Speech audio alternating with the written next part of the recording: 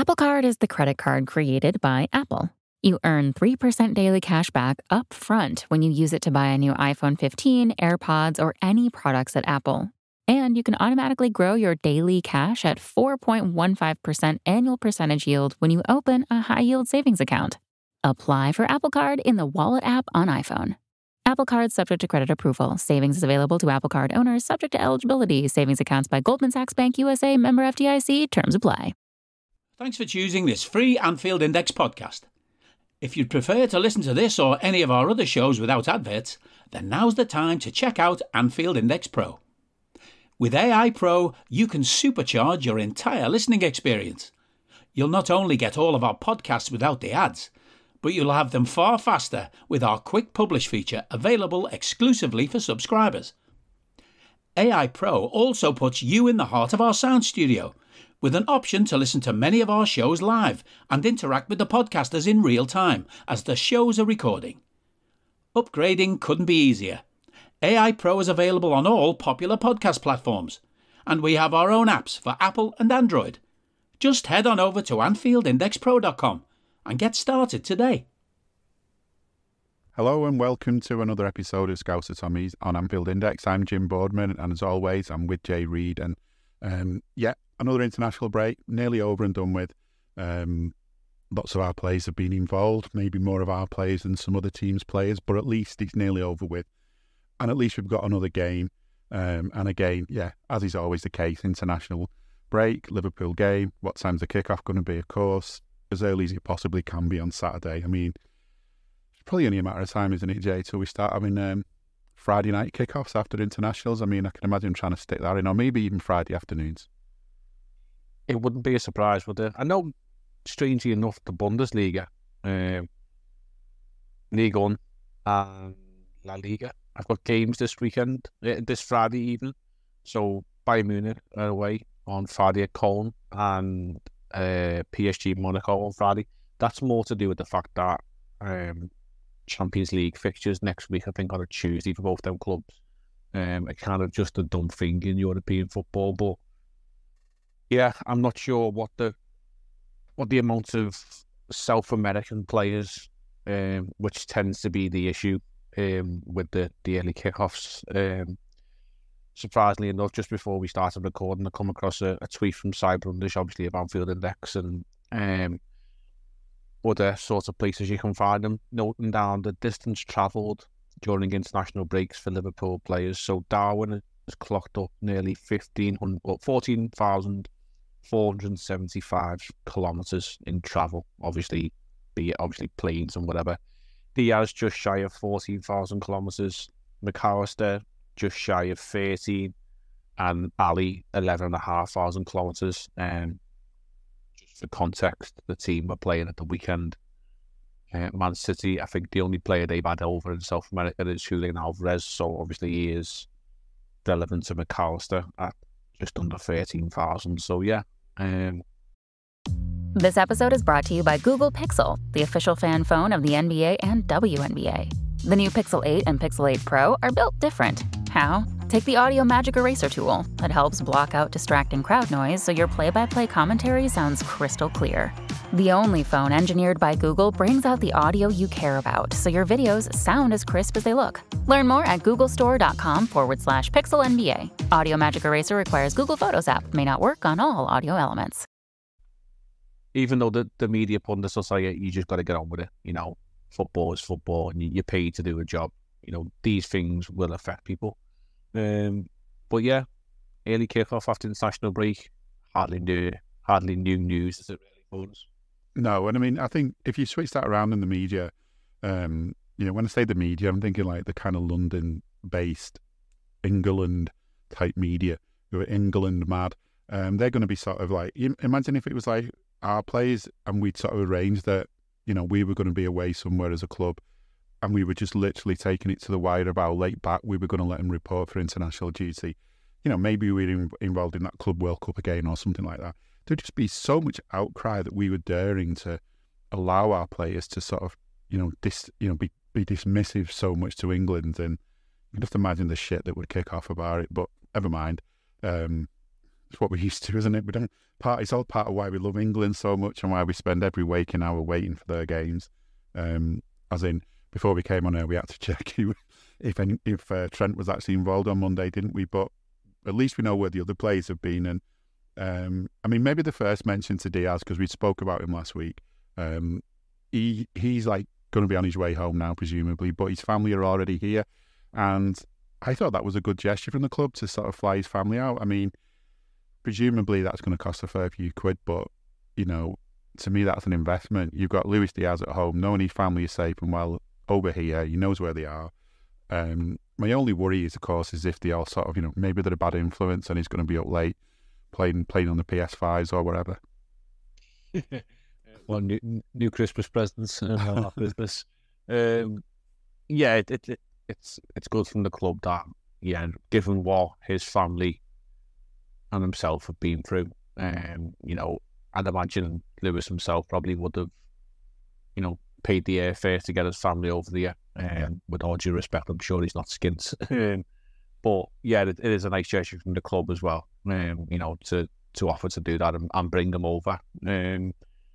And yeah, hopefully, you know, if anyone's seen his scenes, which we mentioned on the last pod, from the game against Brazil, you know, highly emotionally charged and whatever, but Diaz himself looked like a man on a mission, you know, to let us football do the talking and try and hopefully put what has happened off the field, you know, to the back of his mind and sort of bury that one in the past for, you know, for himself and his family. And hopefully, again, we can see that on the pitch because, you know, at times this season we have seen flashes from Luis Diaz, you know, chipping in with a few goals.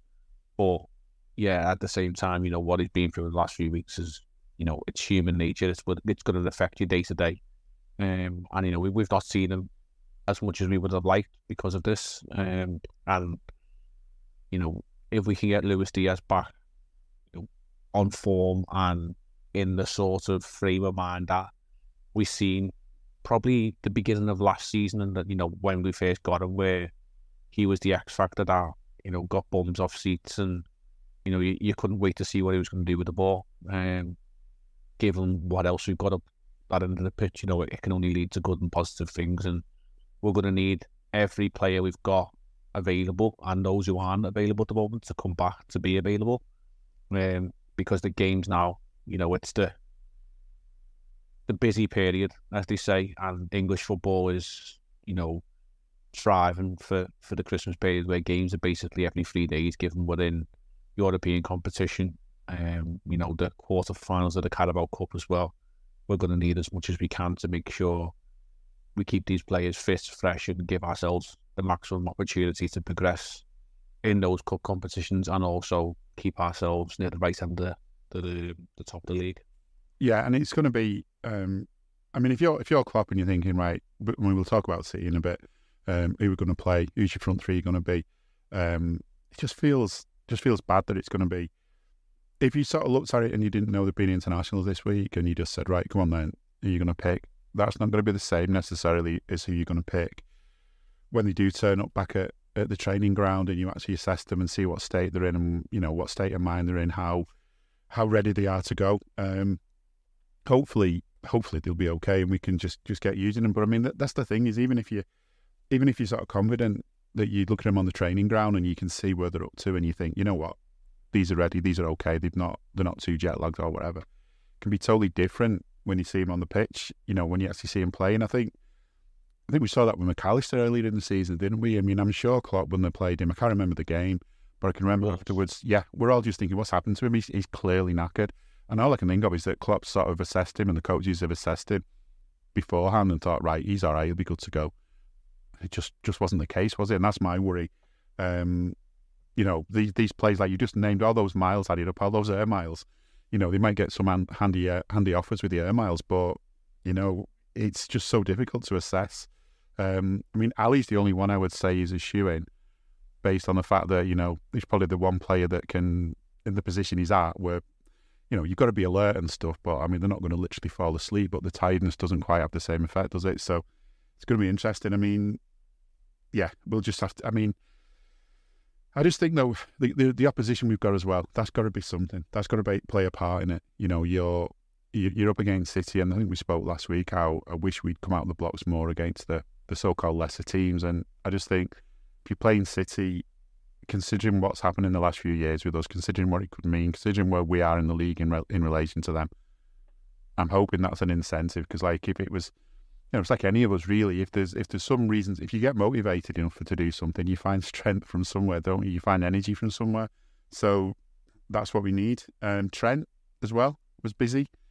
If that's the right word, I didn't watch it, but knowing how England games usually are, busy just kind of means wandering around, waiting until time ticks. And I believe he played another 80 the Monday, you said? Yeah, I didn't watch England because I think it hasn't really recorded last week. If anyone remembers, I was half watching England and Harry Kane throwing himself to the floor where I got confused over the question with Mo Salah. And he was in for some rough treatment last week. Malta, I think it was, they played. Can't remember. Yeah, it was. Yeah, and yeah, they played North Macedonia Monday night. Yeah, we're wasting me Monday night watching England lead North Macedonia. Flash score tells me it finished 1-1 and Trent played 80 odd minutes, so not ideal. In terms of, you know, he's not really a regular for England. You know, Gareth Southgate doesn't seem to know what to do with him. Same could I be argued at Jurgen Klopp this season, where we've been playing Trent at times and drifting through games. But he did get a bang on the knee in the Malta game, and I was aware that he had had some sort of strapping beneath that knee on Monday night as well. So hopefully it's just, you know, bruising more than anything. It's nothing that'll affect him in the long run.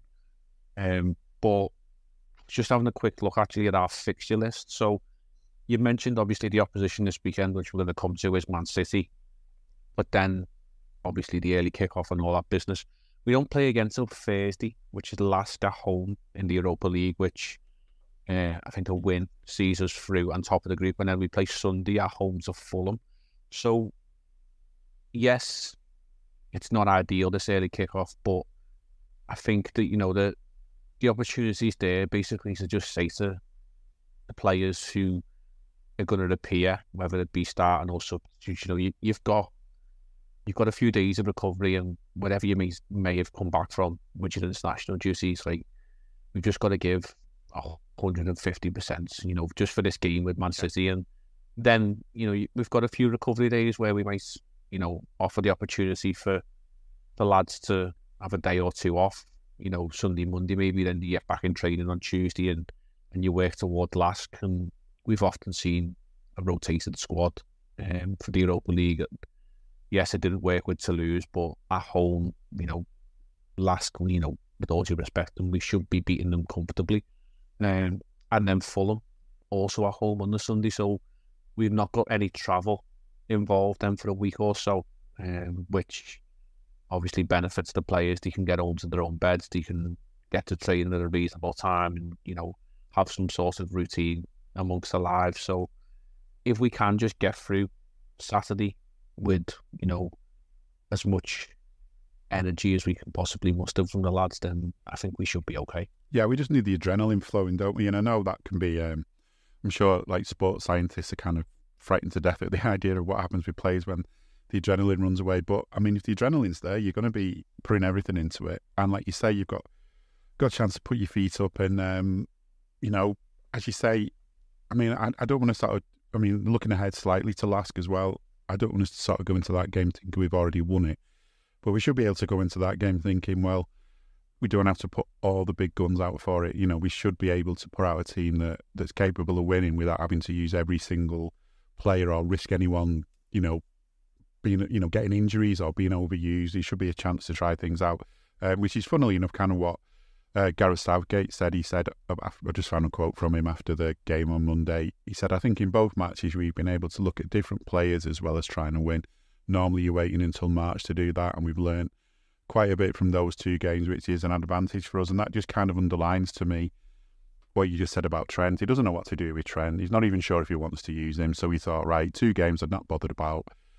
Have a bit of experimentation. Let's try Trent out. And I mean, I think he played the whole of the first game, played 80 in the next, got a knee injury as well, potentially. I can't help but think, you know what I mean?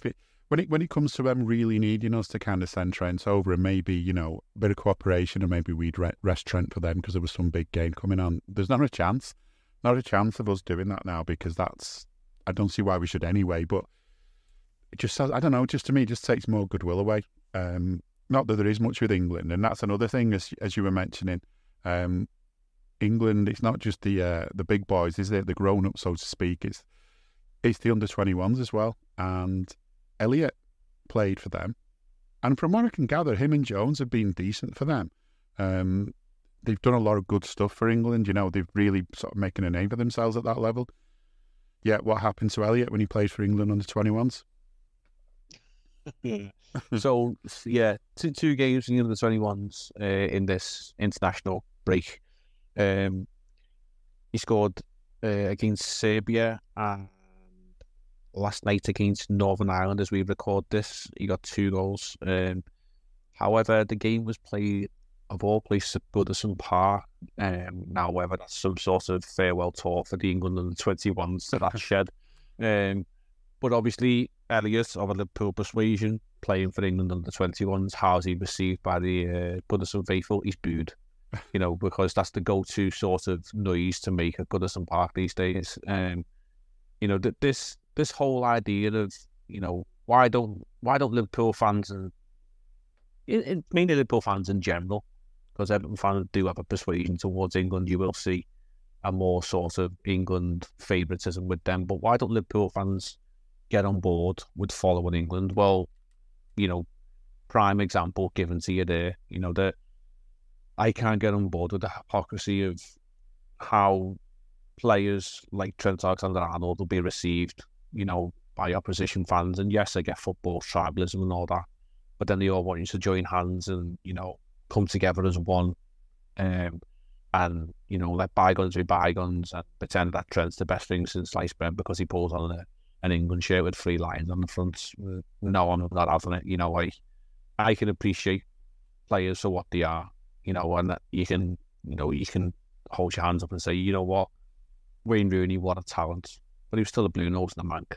Like, at the end of the day, he's still a talented player, but he still is what he is. And, you know, I don't think I could get on board with like being wholeheartedly overjoyed if Wayne Rooney scored a goal for England or not. That's just another example. But yeah, you know, under 21, and I imagine the audience in tow was probably largely made up of, you know, a younger generation who get the opportunity to actually see, you know, a national side at that tin can of a stadium.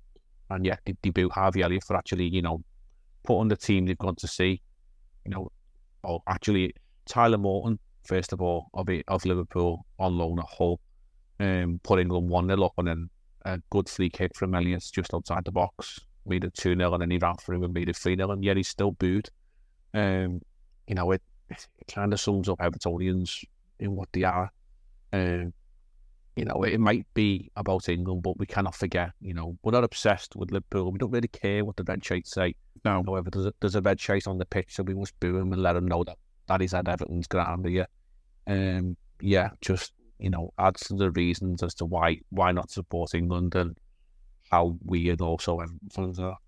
Yeah, I mean, that's the thing, isn't it? If it's, I don't know, there's a thing about, I mean, there's plenty of examples where, like, you've got siblings, say, and because one of them really wants to do something a certain way, the other one just goes out of the way to not do it that way, just to kind of, you know, cause arguments in the family. You know, they'll be on to mum and dad about, no, we don't, you know, let's do this, you know, we don't want to go there for tea. Hey, that place, let's go this place, because they know that, you know, the sibling absolutely loves going to that place or whatever. And it's just like that with them, isn't it? Like, I think there's no reason an Evertonian should have any more love for England, really.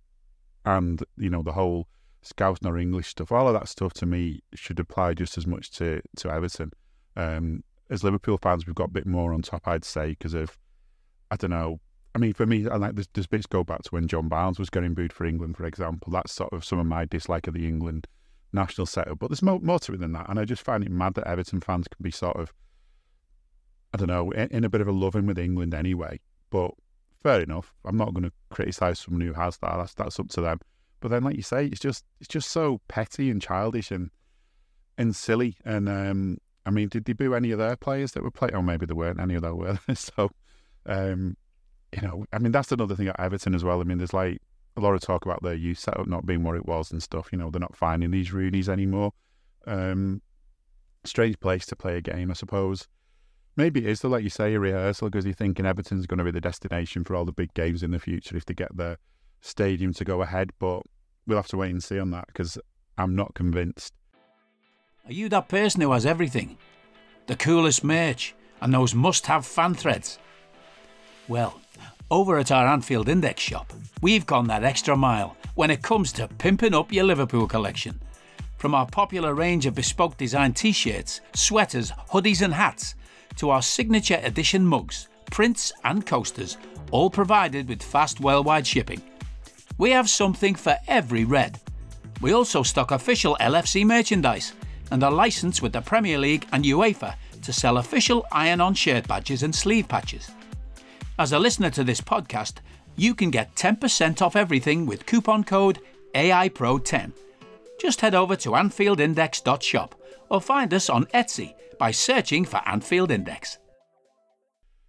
Things are all well and good on the Everton front with the money and stuff. We'll have to wait and see. No doubt we'll talk about that in a bit as well. But another player I think worth a mention, I don't think he played this week, but he played last week, and that's Mo, isn't it? He got the 4 goals that we spoke about last week, playing against Djibouti, wasn't it? Not exactly the most difficult team in the world, but I think it's weird this season how people kind of done him down, and there's still people who are sort of complaining about him. And I mean, he's not been man of the match in all the games, even though he kind of gets voted it and stuff. But it's just, I think he's that person, isn't he? He's that difference between winning a game and losing a game, you know. And obviously he's done it enough because he's won the Premier League Player of the Month for October. And when you look at the stats, hasn't he scored in every game? And he's on route to even more records. And I don't know, the thing I like about it most is he just does it so effortlessly. I mean, that second goal, was it last weekend? Second goal, weekend before? Just that ball came over to him, and just the simplest of headers, like you just heading it to one of the kids in the park. It's just something about him there. I mean, he scores the most spectacular goals as well that look like just makes it look like a piece of piss, to be honest. But that headed goal as well, it's just something about him that's special. And I think if you sort of overanalyze things on that, maybe you can say he's not had as much of a contribution to a game. But what more of a contribution do you want than having your name on the score sheet? Yeah, I just had a quick look. He featured on Sunday against Sierra Leone. Right. For Egypt, he assisted, surprisingly. You know, if he doesn't score, he's setting up. Yeah. And I think we touched on that last week as well. You know, that he's developing into as much as a creator as a goal scorer these days. And, you know, I think we said that it can do with, you know, he may have lost a little bit of pace, but his football brain has certainly improved. And yeah, 5 goals across October, won and Player of the Month. And I don't think there was much argument to be had with who else he could have probably been competing with that for. And yeah, he continues to astound us. You know, I think it would be nice this weekend. You know, he touched 200 goals in English football, as I said last time on his most recent outing against Brentford when he did get them goals. But it was 198 for Liverpool and 2 for Chelsea. If he could bag 2 this weekend, well, that'd go a long way to hopefully getting us a positive result. But what a sort of stage to bring up your 200 goals in English football. At, you know, the home of the current champions and whatever. So yeah, I think we kind of run out of words to say about Mo Salah, and you know, he's here to break records, and I still stand by it. I don't think he's going to be going anywhere. There was murmurings of, you know, a potential contract for him and for Klopp, extensions, that is, which would be great, you know, because I think we're going places with this team. You know, and just looking around, and while we're on like the international topic, you know, that our players are going all over the world, but they're performing for the international teams. You know, they're not going and sitting on benches, you know, like as much as we might like at times. You know, last night, for example, Virgil playing Gibraltar, there was no need for Virgil to really start in that game, and feature at all. But he got a 45 minutes under his belt. Maybe as national captain of the Netherlands, he said, give me 45 minutes, let me lead the team out and, stretch my legs and keep myself ticking over. But they wouldn't have talked to him again for 6 months if he hadn't played, would they? Well, yeah, that he turned around and said, I'm going back to Liverpool because, I don't, with all due respect, I don't need to play against Gibraltar, who've just been walloped 14-0 by France. I suppose maybe he's got to keep Ronnie the Red sweet if he is Ronnie the Red anymore. The way he's treated Grafenberg, I don't think he is Ronnie the Red anymore. Look up Everton and Ronald Koeman Christmas tree for those who don't understand that one. But yeah, they're all pretty much starting for the countries. You look around like Szoboszlai, McAllister, Alisson, Nunes, Virgil, Gakpo, even as you mentioned, the under 21 level. Kwanzaa starting for England last night.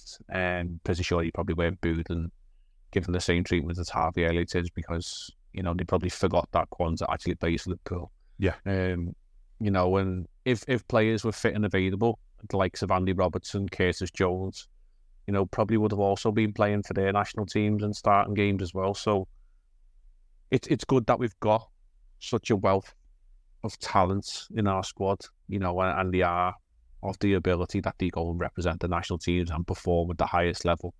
It's been quite a few goals, hasn't there, between them as well? Like you're saying, the number of goals they brought back with them is a lot. Yeah, I think for all the positive things we said, like about, well, first of all, Dominik Szoboszlai, he blinded us all with his ability at the beginning of the season, and I think if we're all being honest, the last couple of games, maybe Luton, Brentford, you could argue we was a bit better against Brentford, but he may have just been overplayed slightly, and he sort of maybe hit a point where it was thinking, well, the midfield's changing in their army so many times, and he sort of not plateaued, but hit a bit of a tired step. But then he's gone back to Hungary and revitalised and carried his team to the Euros, as captain. Even at times go and enjoy a little shot of the local tipple in the crowd at the end, which will go down well with many people. He comes across as such a normal, down-to-earth guy, and little things like that will resonate with certain people as, he's one of us, he's a fella, he's a lad, sort of thing. But yes, to see more goals from him, all right, his creativity levels there, but it would be nice if we could get one or two more from him on the score sheet because he gets himself in such opportunities and he strikes the ball so cleanly. And then the big fella up top, I think he's slowly going about his business in making a lot of people look foolish. I think it was, not a secret he didn't have the best start of his Liverpool career. But this season, people drew parallels with his time at Almeria, time at Benfica, where it took him a year to settle. And then once he got to the second season, he went up like, not one level, but probably 3 or 4. And I think he's probably already outscored himself this season in what he did last year in goals and assists. And 2 more last night against Bolivia. Different types of goals. I think he got one as well against Argentina last week as well. He scored a tap in. He's running onto balls and breaking in behind defences and sliding it past keepers. Confidence is high. A lot of positive things being said about him from the likes of Luis Suarez, Lionel Messi as well. So he's going to come back at some point over the next 24 hours while we record this. And he's probably going to be buzzing and bouncing and ready to go because I'm sure that Luton miss did weigh heavy on his mind for a day or two. He is the type of kid who just likes to carry on and not let too many things sort of bog him down, and he'll keep going and going, trying and trying. But, things like that in the English media are overhyped because, how can one player possibly miss a chance like that? Other players clearly don't ever miss these things. Even though Salah missed one in a similar fashion in last game out, didn't he? Haaland missed one 2 weeks ago. Very similar situation, 2 yards out and put one wide, I think it was, So it's just an easy stick to beat him with, but he he is getting so much better. And I think by the end of the season, we'll see even more improvements from him. But yeah, I'm thrilled with the fact that he's coming back to Liverpool with goals under his belt and wins for his national team. And, I think he said himself, as with many others, it's the end of Cavani and Suarez. He is the talisman. He's the one that everyone in Uruguay is looking for. And he's starting to stand up and deliver. And that can only mean positive things for us. And that as well, the amount of pressure that puts you under, it takes a certain kind of person to be able to take that. And I just think he can.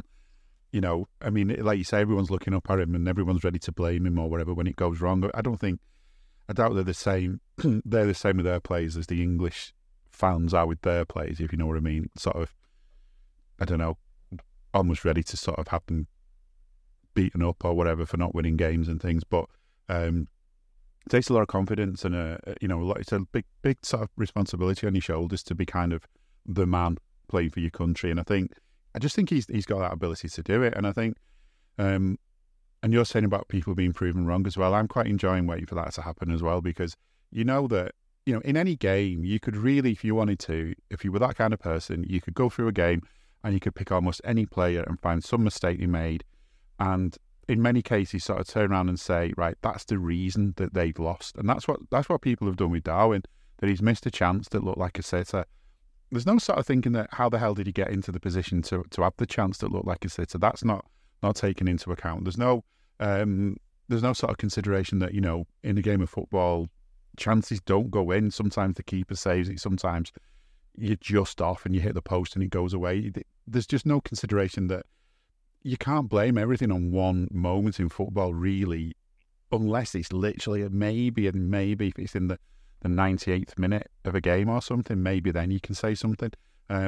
If a player misses on 25 minutes, there's still there's still half of that first half to go, plus the second half. There's still time for everyone else to get in and do something about it and give him more of those chances. Because like Salah did in that last game, when he missed a sitter, he didn't miss the next ones. And Darwin hasn't done, generally speaking, when he's been given the other chances, and often scored a better chance. So, I'm with you. I'm just looking forward to it, because I think we've said from day one, we know we've got a decent player here. Young player, still rough around the edges, still needs working on, still needs to learn. And the thing is, he's learning. And that's what you can see with him. He's getting better and better with every game. And I don't give a damn if he has the odd game where he misses a sitter, because I know there'll be a lot more go in. It's like when we talk about at the other end with Ali. Every so often, Alisson makes a mistake. He just misjudges a bit of playing, keeping the ball with his feet, misjudges, gets tackled, or, bad pass, or just occasionally just makes a mistake. But there's so few and far between. And what he does in return, all the other stuff he does, completely outweighs it. And I think people forget that, because it's always so easy, isn't it? The way football is and the way fans are, it's all about negativity and looking for something to have a go at people over, and straight away homing in on that and just slagging them off. And I don't know.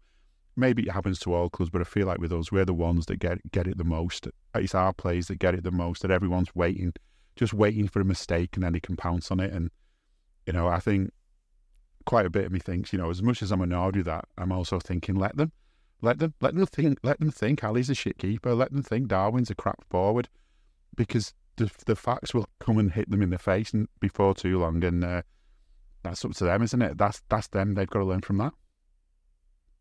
Yeah, it does always seem to be heightened whenever it's a Liverpool player that may make a slip up or a mistake or, anything like that. You don't tend to see, well, let's just pluck a name out the air, like Ollie Watkins for Villa misses an open goal, or, Wes Foderingham for Sheffield United, clanged one into his own net. It might be on Match of the Day and they might have a little chuckle about it, but then it's forgotten. Whereas, if it's anything to do with a Liverpool player, then it's played in the social media realms, doing the timelines and the airwaves on TalkSport and whatever for days on end. He's in the commentary for the next 3 games they play.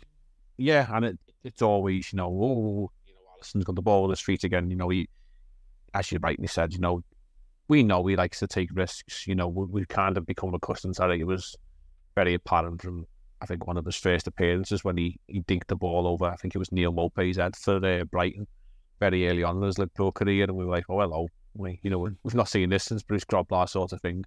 But, as you say, he does, 99.9% of the time, he bails us out in games, and occasionally, these things can happen. He's Brazilian, he's going to try these things. It's just, you take these tiny little bumps in the road, but when you're playing Salem with the best keeper in the world, you can accept it, and it's just a part of probably being a big club, and probably, the eyes are always on us, and sometimes for the wrong reasons, sometimes for the right reasons. But I suppose in that frenzy that is the media, anything with Liverpool or Virgil van Dijk or Mo Salah or Alisson Becker, Trent Alexander-Arnold, if they can put that sort of name, within a headline, yes, they get clicks, and I suppose that's what makes their world go round, and that's what keeps their money ticking over. And we come accustomed to it.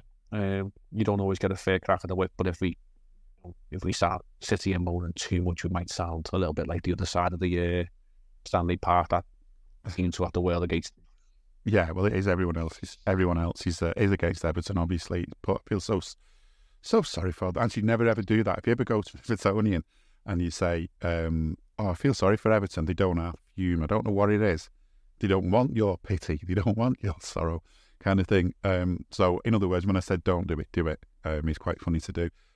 Just to sort of finish off, maybe on the internationals, I just think it's worth a sort of quick mention. I don't know the full facts behind it. But, I mean, the headline that I read this morning was from Lionel Messi saying there could have been a tragedy. And that's some crowd trouble before the Argentina-Brazil game. And it sounds like the police basically... this is what... Straight away, the thing I read here was the trouble began when rival fans clashed in a stand during the national anthems. I mean, for starters, national anthems are more trouble than the worst, so let's bin them off. Because everyone complains about us when we boo them, but obviously a lot more to it than this one. But then the police just go over there and start beating people up and over into the Argentina fans, from what I can gather. I don't know the full story. I don't know all the sides of it. And I wouldn't say, Brazil's got a lot of problems, all kinds of problems going on, I'm sure, which, I know even like music concerts, there was someone died recently, a Taylor Swift concert, so maybe crowd control isn't big over there. Maybe that's something they need to look at. But it was just, what struck me was just that instant kind of, I don't know, I can't believe all of the people who were Argentina fans were kicking off, and I can't believe all the Brazil fans were kicking off, yet it feels like, from what I've read, the police just barged in there and had to go at everyone. And it just feels like, after what happened to us in 1989, that wasn't because of crowd trouble. It was definitely because of the attitude of the police towards crowds, thinking that they're trouble. That definitely, the whole thing wouldn't have happened if the police hadn't had that whole attitude towards human beings going to watch a football game. And it just feels like these things are avoidable. But, as Messi said, there could have been a tragedy. And again, I don't know all the full details, but surely now, it's 2023, we shouldn't be reading stuff like this, should we? No, not at all. I think from the article I read this morning about it, there was a section obviously designated for Argentina fans, which kind of looked as though where the trouble would be ignited, and it was the police that went in heavy-handed, shields and batons sort of thing. But there was numerous Argentina fans around the stadium because the game hadn't actually sold out, and they basically allowed, the old on-the-door ticket sales as it used to be. As we've said before, it's not so easy to get to the game right now, but in places like South America, then, you can rock up and pay on the gate sort of thing at certain stadiums and whatever. And Argentina, being world champions, obviously see themselves as being able to go on a world tour and, say, look at us, we are world champions, and rightly so. They've earned the right to do so, but they've not earned the right to be, abused and attacked. And yes, more sensible policing in terms of how tickets are distributed and ensuring what hands they end up in. If the home end hasn't sold out, I'd imagine it's probably easier to identify, especially in countries of Latin and South America and, other parts of the world where they're so proud of the nation that they will wear the country's colours, unlike over here where, it's skinheads and top off and get your beer belly out. You probably would have been able to see, Argentina fans getting into the stadium in the home end. It wouldn't have took much more than a bit more sensible policing to sort it out. But yeah, the heavy-handed approach, which was seen at times, it wasn't nice to see. And yeah, it does give flashbacks to what happened in 1989. And you would think, 35 years on almost, that lessons would have been learnt, but it's clearly not. And yes, maybe advances in, stadiums and the way policing is controlled in other parts of the world is maybe not as advanced as what it is over here, but you still can't allow situations to manifest like this at any sort of gathering of people, whether that be a music concert, whether it be a sporting event or anything like that. It's just, as Messi said, it's a potential tragedy that has thankfully hopefully been avoided. Yeah, and I mean, as I say, I'm not condoning troublemaking, and but it's what happens. You get a group of people together after a few drinks, and they're passionate about the countries. I mean, it's the kind of thing that happened. But I just wish they sort of look into things a bit more. And also, I mean, if it's not sold out, then okay, you need to improve your marketing a bit so that you do sell it out. And then at that point, if it's not sold out, hello, I'm here to annoy you. I'm here to annoy you into listening to more of me and more of others on EPL Index. We don't just have the Anfield Index stuff. We've got EPL Index as well, which covers the entirety of the Premier League. And we have 3 podcasts and a whole bunch of really good writing on EPLindex.com. The podcasts are my own Two-Footed podcast, which is every day at 4 p.m, Monday through Friday, covering the whole league. We have A Tad Predictable, hosted by Tadiwa. You know Tadiwa, he does Anfield Index. He presents A Tad Predictable before every Premier League match week. And then Kevin DeVries and his crew on the EPL Roundtable, they're every week after the Premier League match week. So make sure you listen to everything we're doing on EPL Index and follow us there on Twitter at EPL Index. Thank you. Bye-bye. Maybe you just have to take a hit and you're not going to get the money for those seats because, make it clear it's all ticket. It doesn't take a lot really to just think these things through and just avoid it happening. It just sounded like it was, Joe Linton was sent off, so it does sound like it was a feisty game anyway. And that's the thing, the attention should be on the pitch and getting annoyed and shouting at stuff that's going on the pitch, not all the rest of it. And I don't know, they just sort of walking themselves into these things at times, but never mind. Say never mind, because nothing actually bad happened in the end, but they've just got to learn from it. Like, I'm sure the French police have learned from what happened with us the other year, which I'm sure they haven't actually, but we'll see when they host their next big tournament. But looking ahead now, I suppose we may as well get on to the City game. Feels like no sooner have we finished recording this and we'll be playing. As always, both sides have got to kick off early. We've just gone through the difference in the travelling that we've done from international breaks. There's other reasons why. This should be a close game. It's 2 teams who are really close in the league. Should be a close game, but it always feels like there's something being done just to make it a bit less close. And maybe one of them's the referee, as a team from Liverpool plays a team from Manchester. So obviously the referee's going to be someone from, I don't know, Birmingham maybe, or I don't know, somewhere down south or something. But yeah, so I think, where's the ref from again? You mentioned, how close the teams are. I think the referee's closer than the Aston Villa. You probably are more familiar with the layouts of Manchester than I am. But yeah, there's 2 Ashtons I know of, and one's in Makerfield, and that's nearer to Liverpool than the other one. But yeah, it's a very, definitely in Manchester. It's near Oldham. I'm just looking on Google Maps here. That's as much as I know. So it's near Droylsden. I'm pretty sure Droylsden Newton Heath is right near it. Isn't that the name of where Manchester United were named after originally? It is. It's Manchester as you can be. Yeah, it's like, if you're looking on a map, it's just outside the city centre. It's like Huyton from Liverpool, isn't it? Looking at it on the map. Yeah, I mean, that's where I grew up, Huyton. So yeah, but yeah, I would say I'm from Liverpool. It's Huyton is arguably 20 minutes drive to Anfield or the city centre. It's not the end of the world. And yeah, it's arguably, if you look on the map, it's like the outskirts of the city boundary as such, but it's still Liverpool, as is Ashton-under-Lyne. And yeah,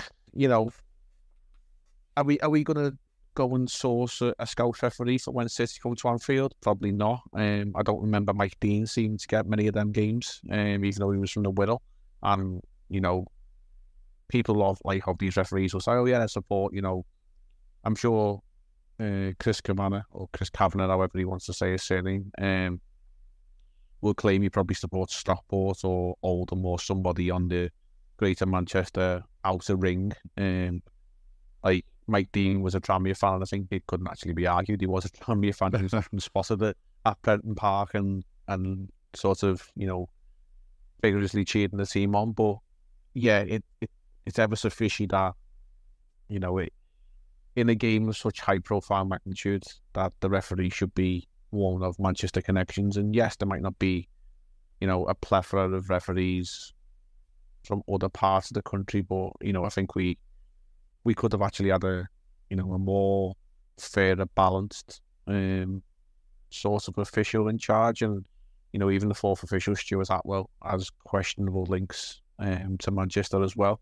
So we can just leave that there. And I think when I first found the news out, I sent you a message, and you did ask the question if Noel and Liam Gallagher were the Lions, and I did check. Unfortunately, they're not. And Alfie Haaland also isn't the fourth official, much to my surprise. But yeah, they couldn't want to stack any more against us in what is, the most high-profile game. We must remember that this game is on Sky, which Sky pay a good amount of money for the 5:30 slot on a Saturday.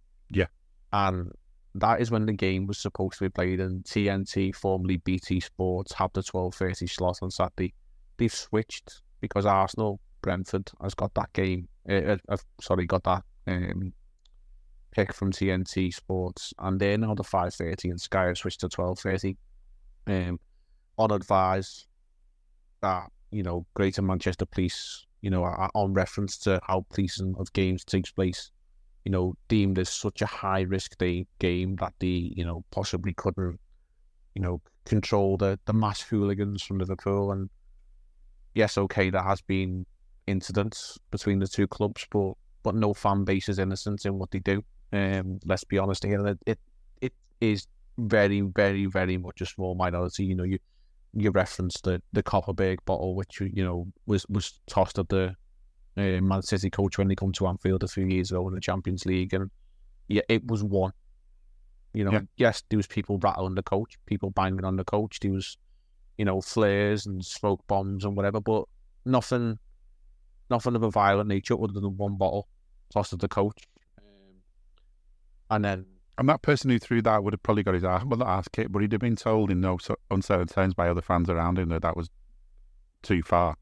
And what they've done in that regard is they've now ruined what was something special and unique that we had, because they used to bring the coach up the Arholes Road, if anyone knows Laos of Anfield, and bring it into Anfield along the Anfield Road. Now, yes, this wouldn't be logistically possible anymore because of the ever-continuing growth of the Anfield Road as long as it takes. But, even the other side where they bring the coach up now past the King Harry, it's a lot more tight-knit with houses, and that little, extra 10% that we had in huge games, which we'd only bring out, very high-profile games in Europe, once or twice a season in the league if we got towards the nitty-gritty end and we were in with a shout of winning the league and City were coming to town in the April, or United or someone like that, and we would call up on arms to to make it a hostile atmosphere and welcome. Well, that's gone now because of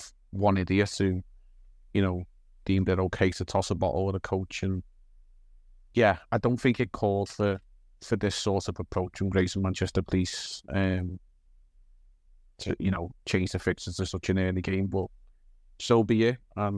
We'll deal with the cards that were dealt. And I think all it would do is allow Klopp a very easy team talk.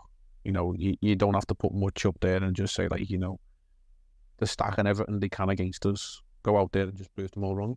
Yeah, that's it. I mean, whatever you've got up against you, you've got to overcome it. You can't. We can campaign, and we can complain, and Klopp can no doubt mention it in his press conference, which we're recording before that. But I'm sure he'll find a way to mention it because he'll probably get asked about it as well. You know, there'll be definitely people asking because they'll know that it's a bone of contention, and they'll ask, and he'll come up with some quote, and then there'll be people saying, "Oh, he's whinging or whatever," but he's only answering a question. He's only saying what's true.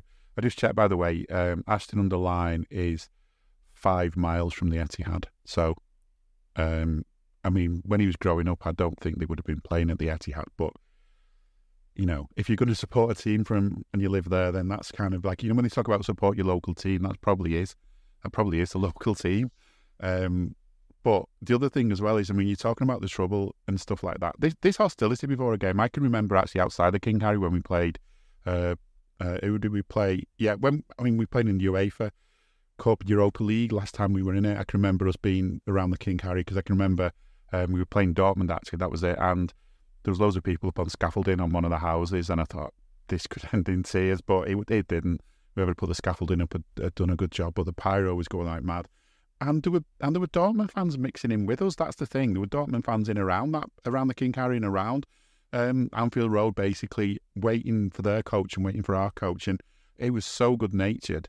Two lots of fans passionate for the club, showing the colours, wanting it to all take place on the pitch. And to me, that's how it was with City a lot until fairly recently. But it's all just been, maybe it's just the modern world, the way social media is. Everything's hatred and everything's like trying to, you know, dehumanise people and all the rest of it. But they've changed that. But you can't have that attitude from the police saying that, oh yeah, because that one bottle was thrown, they must all be like that, those Scousers. When they're going to come over here, they're going to cause no end of trouble, so let's bring them in for an early kick-off, then they can't spend the day in the pub getting pissed and getting ready with more bottles to throw. If you're going to have that attitude and that almost sort of, I don't know, having a go at Scousers basically more than having a go at Liverpool fans, if that's what they're going to be like, then, you know, again, that sort of ties back in with this thing about the refs. It doesn't even matter who they support.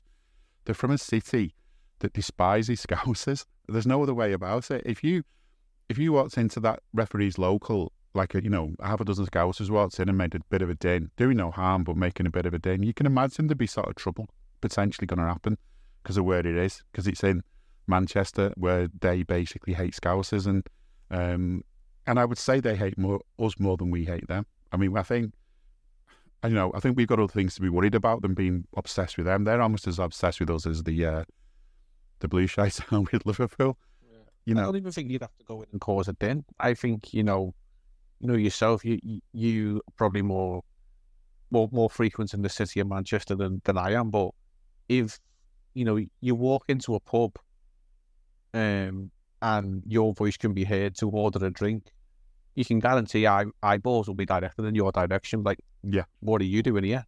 You know what I mean? You could be there for work, you could be there for business, you could be there leisure, whatever. I mean, I remember a few years ago going to a concert in Manchester and then going to a bar afterwards, and a small queue outside, and you're talking amongst yourself, 4 or 5 of yous.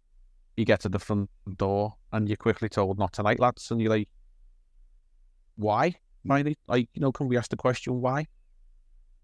Don't think it's probably for you. And that is basically saying, well, you're a gang of Scouse lads, not tonight. Like, we don't want you in here, because of where you're from, pretty much. Like they heard us having a conversation outside, not boisterous, not over the top, but, a preconceived mindset of, these Scouse lads are going to be in, they'll probably cause trouble. Not the fact that we might have wanted to go in and put a few quid behind the bar and just have a drink. It's that sort of mentality, and we've often said it doesn't matter where you're from in terms of, your location in the country or the world. If you come to Liverpool, you're given a warm welcome.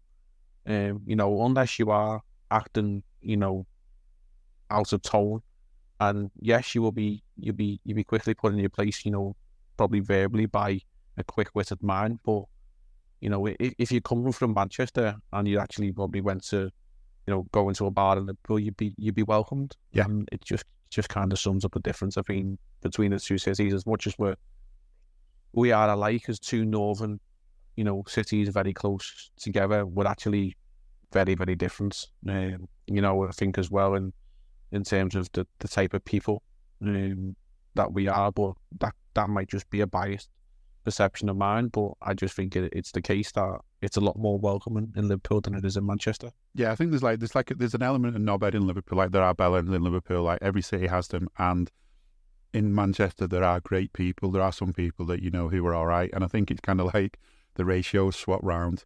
There's the sort of top heavy with bellends, but let's not go into that in too much detail. If we just sort of think about what's happening on the pitch, though, as you say, all this other stuff's just noise, and it's all about what happens on the pitch. It's such a big game. I think another reason, so just quickly, I think the reason could be why they're having an early kickoff. The police have gone for that is because they're just not used to it being full, and maybe it's going to be full on Saturday, and that's just they're not used to having so many fans in that stadium and for any game. But when it is full, it's going to be such a big game. There's a point between us. Obviously, a draw is going to keep them on top. A win's going to put us top. A win for them puts them top. Not counting what any other team's doing if there's a draw, obviously. But this could be, and it feels mad to say it, and it's sort of. I don't need a VPN. I've got nothing to hide. This is what I used to tell myself before I hooked up with LibertyShield.com. Not only is my home internet now fully encrypted, but I can now access all the websites I want, whenever I want, and do so from absolutely anywhere. As a Liverpool fan, I love to know I can now watch every match, regardless of whether it's on UK TV or not. My Liberty Shield VPN makes sure nothing is blocked and guarantees me super fast streaming speed throughout that match. You can get connected right now with their software package, which includes a 48-hour no-obligation free trial and instant access to their apps for Apple, Android, Fire TV, PC, Mac and Android TV. Or go a step further like I have and get one of their pre-configured VPN routers. These small but powerful devices allow you to easily connect every device in your home to VPN, making it the perfect solution for smart TVs, Mac boxes and games consoles. Visit LibertyShield.com today and use coupon code AIVPN25 to get 25% off at checkout. I don't want to put us under too much pressure as a team, but this could end up being the game we look back on as a title decider. That's how big this game could end up being. Yeah, when you put it into context of how close, in the past 6 years or something like that, wasn't City have been at bar and, the upper couple of odd seasons, like last season, and I think it was 21-22 was that the COVID, after the COVID year, whatever, and we we had a terrible luck of injuries and we lost 6 on the spin at home, and we couldn't put a centre half together as we were playing with Lego. But other than that, we have been so close at Manchester City, and we won't even touch on the fact of, there's 115 charges hanging over their head, and if you were to ask the blue half of Merseyside who've been slapped in the face with one charge, and I think the football eyes across the world are looking at what is going to happen to Manchester City, and yes, of course, Chelsea, because they've got other things labelled at them. But I think it goes without saying that you don't have 115 charges against your name for nothing, and they have flaunted in so many ways and narrowly picked us to titles over the last few years. At times it's been a point. It's gone to the last day a couple of occasions, and yes, we've missed out, and maybe time will tell that, had the circumstances been on a level playing field, we would have actually come away with trophies in the cabinet. However, I don't think that'll change. And if they are found guilty of such things, I think the likelihood is that they'll be stripped of titles, but they won't be rewarded. Is probably my sort of idea of it. But yeah, when titles are won and lost by a point, it could be a case that if we go to the Etihad at the weekend and we come away with a draw, then, the difference between going there and taking 3 points off them and a draw is massive. And I think we will always back ourselves at Anfield when they do come in the second half of the season. But I can't remember the last time we went there and actually done well. In recent years, there's been a couple of odd draws, but we have been on the receiving end of a couple of slappings off them. And it would be nice to go there and, lay a marker down. I think, we're still being conservative in our title chances this season. I think if we're all honest, we're probably a year ahead of where we want to be. We're still a couple of players short. I think, any reasonable red would put that out there and be honest with it. But if we can go there and get something, and come away with 3 points, then yes, the old doubters to believers tagline will be out again. We'll only believe it when we get to the end of the season. But to go there and put something down, because yes, we're second in the league. Yes, we're a point behind them. Yes, they're not as good as what they have been in recent times. And likewise for us, but we're going places. We're still actually missing a couple of players who would arguably be starters in this team. And look where we are. We've actually got the best defensive record in the league, joint with Arsenal, which I find baffling, but here we are. Yeah. Without a defensive midfielder, we're doing that. Then let's push on and do something without a defensive midfielder, without a recognised right back because he's wandering around somewhere further up the field, without our starting left back in Andy Robertson, with a rotating cast at centre half next to Virgil van Dijk because, fitness and form and whatever. We're not actually in too bad a place, but if we can go there and get something at the weekend, I think, it will represent a much more positive sort of mindset because we're still sort of questioning where we are going, even though the table says we're doing very well. I think, this weekend could prove a marking point in the sand as to where we actually are. Yeah, I just hope the ref doesn't have the final say in it because we've only lost once this season and we lost to the ref that day and VAR and all the rest of it against Spurs. City have lost 2, but we've drawn 3. So that's the thing that's done us in the past, draws. I think a draw would be a good result against City overall. Like you say, they still got to come back to our place and maybe we can do them there. So a draw wouldn't be a bad result. But I don't know.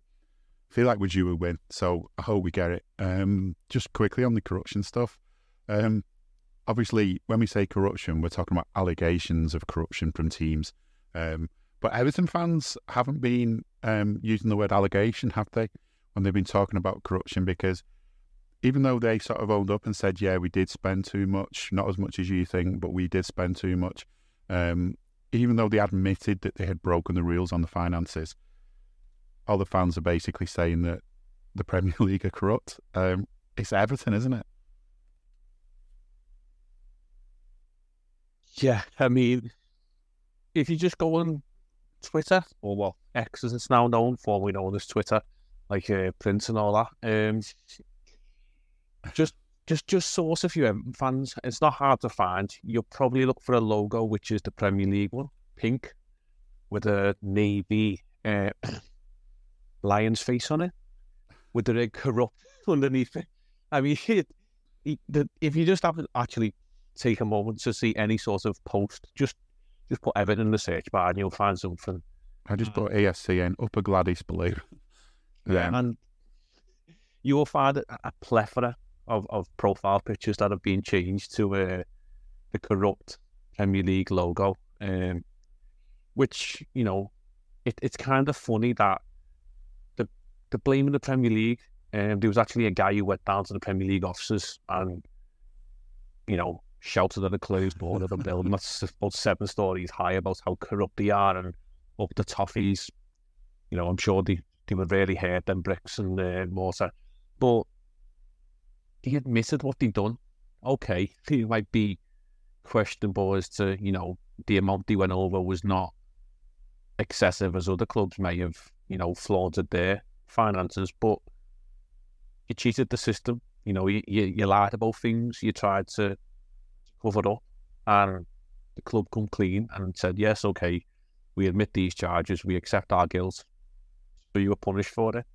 So there's no corruption in the fact that if you've done wrong and you've been punished, you know, you've just been found guilty. That's not corrupt. You know, corruption is doing it and not actually being found guilty and cheating and stuff like that. And in only true Everton style, and it couldn't be any more, you know, sort of Evertonian than what can we do to really let the Premier League know that we're really upset? I know, let's go and source a plane to fly a banner over the ground. However, they're playing Manchester United on Sunday. Half-goal kick-off, it must be added. So Merseyside police seem to be able to deal with a Merseyside-Manchester rivalry clash, but Greater Manchester not so much. And let's fly a plane with probably some sort of derogatory comments about the Premier League and corruption. But it's dark at 4:30 on a Sunday these days, so we'll go fly over the Etihad when Liverpool play Man City, because we don't care what the red shirts say. We're not bothered about Liverpool. But we'll go fly our plane over them, their game, and the Etihad, which, yes, it'll probably be picked up on TV, and, you know, there'll probably be a laugh and a joke about it, and they'll probably get the 5 minutes of fame.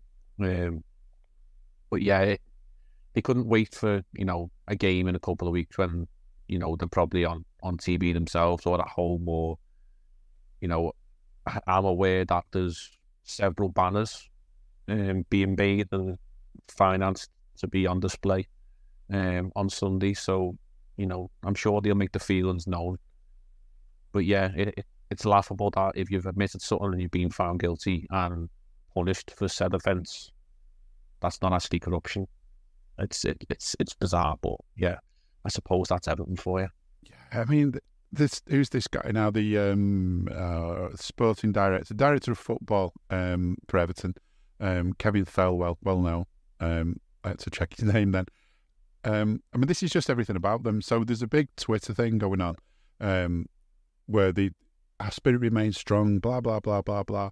Everyone at Finch Farms United, I don't know if that's they mean who they support.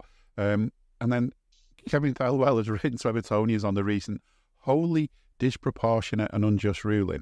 And he's put that in this article, was shocked by this wholly disproportionate and unjust ruling by the Premier League Commission, and then says we can't say anything really because until the appeal process is over.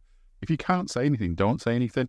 It's this sort of, you know, they're already trying to influence what's going to be said. They're just fighting to influence it that way, yet, you know, they're arguing, we can't say anything for legal reasons. I think it's more a case of they don't want to answer any questions because, you know, that whole nightmare of a 40-page decision document about it, it's full of the holes in what they said, the way that they said stuff, the way they changed stuff, the way they changed their evidence at the last minute and sort of owned up to some stuff.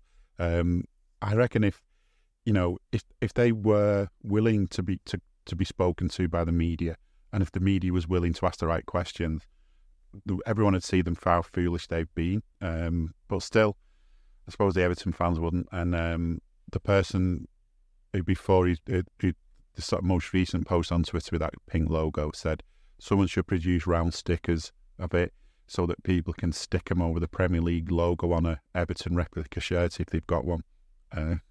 So I mean, just on, you know, the level of hypocrisy from them.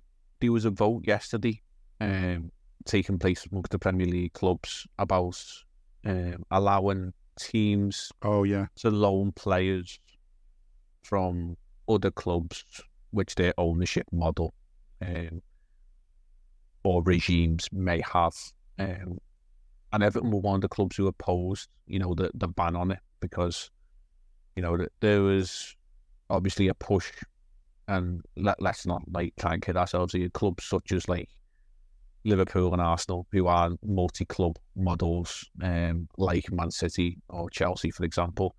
And obviously the eyes have been levelled towards Newcastle and the fact that they could possibly use the benefits of PIF Saudi clubs to bring in a replacement for the gambling fella that is Sandro Tonali. Ruben Neves was obviously the name hot on people's lips as to he was going to come in, and the top Premier League clubs don't want to see the threat of Champions League places, and obviously we've missed out to Champions League this season to Newcastle. We want to try and remain on top, and yes, it's selfish interests at heart, but Everton were one of the clubs who opposed it, and for a moment you're thinking, well, hang on a minute, like you're opposing this sort of idea that clubs can ban it, and then also the penny drop that the potential takeover is 777 ownership, and they have a multi-club model, and the likes of Sevilla are in it. I think there might be an Italian team and possibly a French team as well, and an American team as well. So it's for their own benefit. So you can't call corruption and label fingers pointing in directions of clubs like Man City and Chelsea who have multi-club models, and use that to bend the rules, and then actually want to flaunt the system in terms of being able to get multi-club transfers or inter-club transfers, in your favour. So it's very hypocritical of them to want to point fingers or throw stones in the glass house, or maybe in a tin can, and maybe produce holes in that tin can. Yeah, I mean, all the more reason as well why people are saying that the Premier League shouldn't be able to self-police, because it is just like 20 rich clubs voting for whatever they want, isn't it? It is literally just what is commercially best for all of them, and you can tell that there'll be little phone calls made. Have I got your vote? Have I got your vote? Are you going to vote for us? I just like browsing Twitter as well, and Toffees in London have said there's definitely going to be a protest going ahead, and that kindly Everton Montreal for some reason are sorting out an appropriate banner, and then there's a picture of a banner, run, whoever you may be, we are the famous EFC. So that sounds like a good start to things, doesn't it? The 1878s are printing loads of pink Premier League corrupt leaflets off. They probably get done for copyright, knowing what the Premier League are right. It's just, I don't know, they're just aiming it in the wrong way. I still say this, said it last week. You want to say, yeah, we're gutted at what's happened, but you know what? If you'd kept your house in order, if you hadn't been greedy with players, if you had, not made stuff up, then you wouldn't have been in this position. You wouldn't have been in this position. You wouldn't have been in the position to be the first club to kind of get done for FFP in the Premier League. And, whatever happens to City, everyone's expecting them to get done or to try and claw out of it. No one thought Everton would be in this situation, and the fact they are means they need to look at themselves. But still, I don't know. We'll just enjoy watching all those pink profile pictures on Twitter. But I think for us now, anyway, that is it for us. Hopefully, we're back next week to talk about the City game. Hopefully, a win, and hopefully the Everton fans just get what they want out of the protest, whatever that is. Probably something else to blame everyone else on. But that is it for us for this week. Thanks, Jay.